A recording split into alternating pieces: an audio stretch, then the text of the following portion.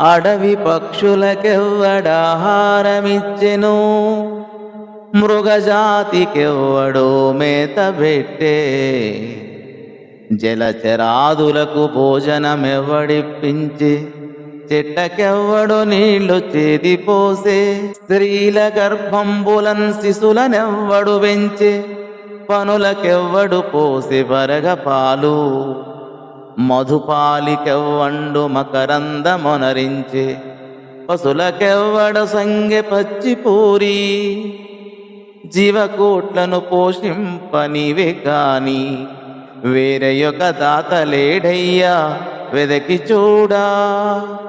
భూషణ వికాస శ్రీధర్మపుర నివాస, దుష్ట సంహార నరసింహ దురిత దూరా. శోభామయమగు ధర్మపురమున వసించువో నరసింహస్వామి, నీవు దివ్యాభరణములతో ప్రకాశించువాడవు, పాపములను పారద్రోలువాడవు, దుష్టులను శిక్షించువాడవు.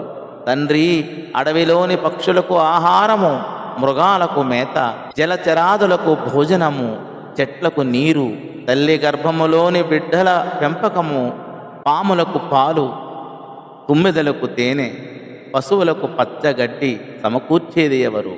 ప్రాణికోటిని పోషించు దాతవు నీవే, మరొకరు వెతికినా కనిపించరు. జగతిలో ఎవరున్నారు జగన్నాథుడు తప్ప? అన్నీ ఆయన సంకల్పాలే, అంతా ఆయన వైభవములే. అవసరాలు ఎరిగినవాడు, అర్హతలు తెలిసి అందించేవాడు. ఆయన ఆజ్ఞలకు లోబడి సృష్టిలో సమస్తము నడుస్తుంది. శివుని ఆజ్ఞ లేనిదే చేమైనా పుట్టదు అనే సామెత అందుకే ప్రాచీనులోకి వచ్చింది అని ఈ పద్య భావము. ధన్యవాదములు.